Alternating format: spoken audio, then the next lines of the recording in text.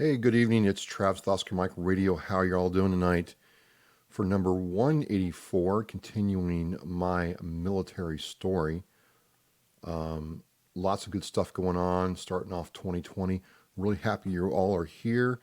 And this is just a fun podcast to kind of tell you what my boot camp experience was like on through MOS school and then to the fleet. Taking my time with this and having a lot of fun. And I'm going to bring up right from the start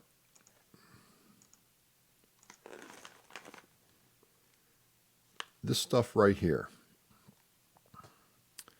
Thank You Popcorn. And there's a very good story behind Thank You Popcorn. It is fantastic. This stuff is the spicy mix. I like the Mexican elotes popcorn myself. And you're going to be seeing a whole lot of it for number 185. And you can go on their website. It is thankyou-popcorn.com. Thank you-popcorn.com. I'll have a link in the description and you can check it out. But let me tell you what, it is absolutely fantastic. Good story how I found this stuff, and you're not going to want to miss it. So, by all means, please join in for next week. Like, share, and subscribe. And getting this started, I'm going to talk about my sponsors for a second before we get going. Really appreciate their support. I have three of them. And the first one is Joyce Asack of Asack Real Estate. She's based out of Remax Synergy in Brockton, Massachusetts, that city of champions. Mark Holmes, Army National Guard veteran with Reaper Detailing and Power Washing. He cleaned my motorcycle Felicity, and he can clean anything well. And last but not least, Sean Schubert, Cage Titan champion. Did a cartwheel. It's pretty awesome. He is doing this. And then as a supporter, the Godfather Michael, a.k.a. the Godfather Damon with Vet Unite and Last Call Designs as a supporter. I want to thank you all for your help. You can watch that as I'm going through this. So, swim call. Swim qual. Because believe it or not, people say devil dogs and people say, hard chargers, but at the core, Marines are supposed to be amphibious. We are, in effect, naval infantry. We go on ships, we protect ships, we secure ports, we do ship-to-shore operations. We're supposed to be very comfortable with the water. And so being able to swim is a core component to that. Now, as everybody, believes the Marines are super tough and awesome, which we are, I believe the Coast Guard actually has a more rigorous swim qual test than we do. But that being said, I want to just take a couple minutes, go over my swim story, a couple of funny points about that, and this is the end of. This is actually the beginning of third phase for me. So we had gone through first phase, the rifle range at in Camp Pendleton, and all that stuff, all the humps, the Reaper. I never talked about that one. Maybe I'll swing back to that one. I don't know, but the swim call stands out because it's like a week long, and you're in the pool for about 4 hours a day for a week, which is kind of interesting, for all the running and push-ups and pull-ups we do. You think they'd have us in the water more. And I just think back to the USS Indianapolis and how important being able to survive in the water is, especially when you have these sharks that think breakfast is served and dinner and lunch all at the same time. But we only had a week of swim training.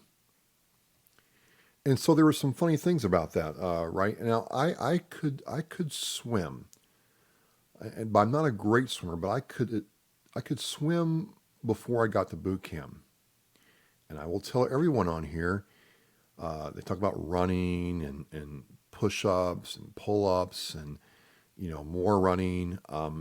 Swimming is a very important part of the boot camp experience. I don't know about the Air Force. I don't know about Army. I know the Navy uh, lives and breathes it. I know the Coast Guard is very tough, but you do have to pass your swim test in order to graduate boot camp. Okay, I mean that's not negotiable.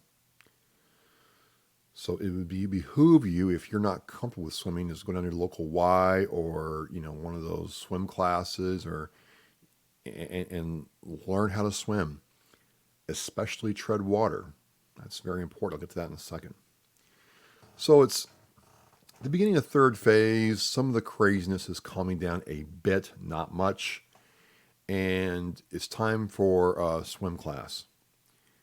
And they didn't want you too stressed out because you are going in the water. It is a stressful environment. Um, and you're going to get yelled at. The games are still there, but not as much. And so they marched us in there by company, by platoon. So I was in golf company second platoon, and they first did a test to see just how well you could swim. And basically, now it's changed. It's changed. It's a different path now. But you had to. The first thing I had to do was swim from one end of the pool to the other. And this was funny. There were some of my fellow boot campers, recruits, who were running gods. They were gazelles. They could run all day long. The lieutenants loved them because, oh my God, Staff Sergeant, he ran a 20-minute mile. He ran an 18-minute mile. That's a perfect score. He's going to do well. And these guys walked around like, life was good. They get in the pool, and guess what? They couldn't get out of the first assessment, which is, and it's like the pool's like, I think it's 25 meters long. I want to say it's like 75. It's like 25 meters, like 75. Is it 75 yards? Is it 25 meters? I think so. Anyway, I don't know. A long way. So you swim there and swim back. Maybe the total length of the swim is 25 meters. But anyway, for me, not that hard. For some guys, it started off really bad. And I'm like, whew. Because it's not like Baywatch or the town pool, where if you start having some trouble, the lifeguard's there to pull you out right away. No, as you'll discover, if you can't swim, they let you swallow some of the water first and really struggle before they come get you out. And you get to sit there and get called lame and lazy while your buddies are swimming, or get to do some kind of remedial task or push-ups or anything else to do to let the DIs let you know that you're just unsat. So I did that, no problem at all. Second thing to do was to jump off a board. You see the picture in the background. It's like a 15-foot drop from this diving platform into the water. So you put on your camis and you jump off. You'd hold your hand over your nose. You go down, what seems like forever, then come back up, and then you'd have to swim to the side.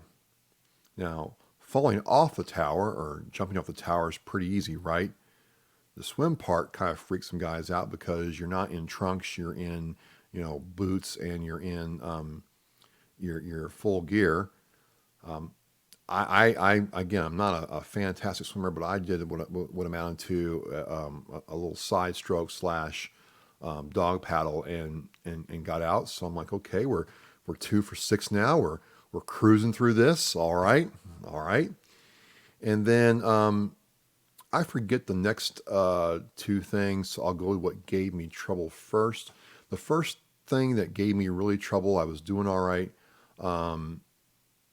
was, and I think this is evolution number 4. I forget what the third test was, but number 4 was treading water for 4 minutes. And again, I haven't really swum a lot. I'm in a pool, yes, or in a pond, but nothing like this. And 4 minutes might not sound like a long time, but when you have your camis on and they're collecting water and you can't really, move the way you want to move. 4 minutes is an eternity. And I completely foobarred my first couple attempts at that because, and the DIs would tell us to use slow, easy movements. Well, when you start sinking beneath the water, what do? I panicked and I started, going like this, flapping all around trying to keep myself up. And I would sink like a rock and I would get more and more tired and I would get more and more frustrated. And frustrated because I get to like minute 3:30, minute 3:20, minute 3:45 and lose it and sink to the bottom. And I'm like, if I can't pass this, and it's for real folks, if you can't pass this week, they recycle you and make you do it again until you do pass. And it's not the fun, loving swim kind of classes. It's not that way at all. It's kind of like Uncle on the Range. You don't want to do it. You don't want to be at boot camp any longer than you absolutely have to be. So what happened is, and this is like over the course of 2 hours, what finally happened was I was so tired and exhausted that I had no choice but to move slow and easy and really pay attention to my breathing. And I'm doing it and I'm doing it and I'm doing it. And the DI looks at me and he's like, okay, you've been treading water for about 6 minutes now. I'm like, get out. I'm like, yes, oh my God, I did it. And I'll never forget my Lieutenant Russo. He was an artillery officer.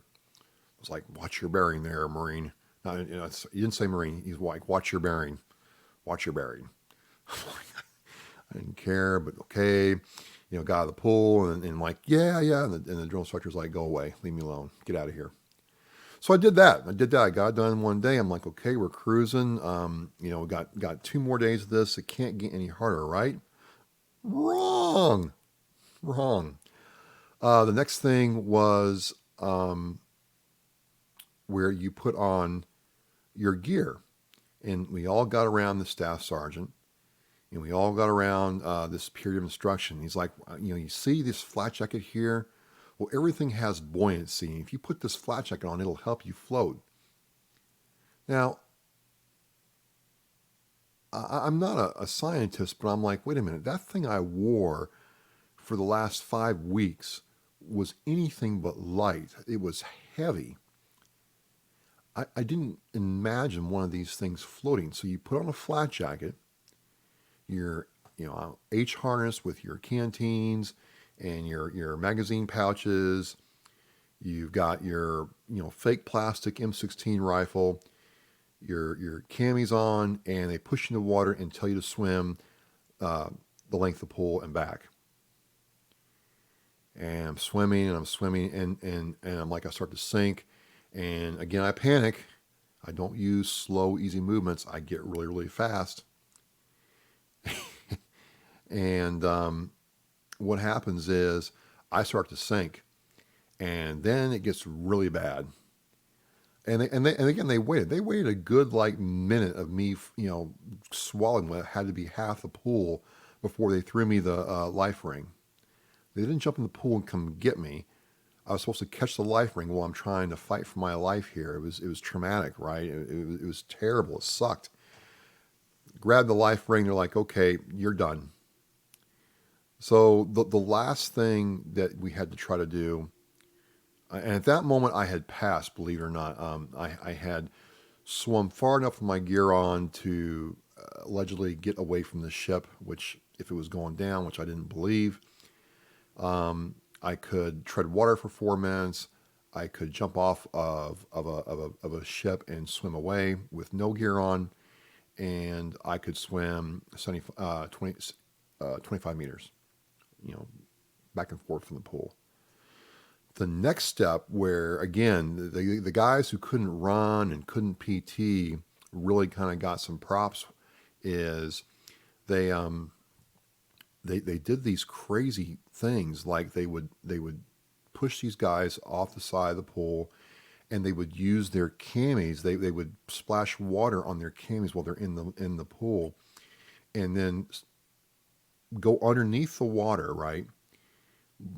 Insert and blow air into their camis and make it into a life jacket, and it actually worked. It was pretty awesome.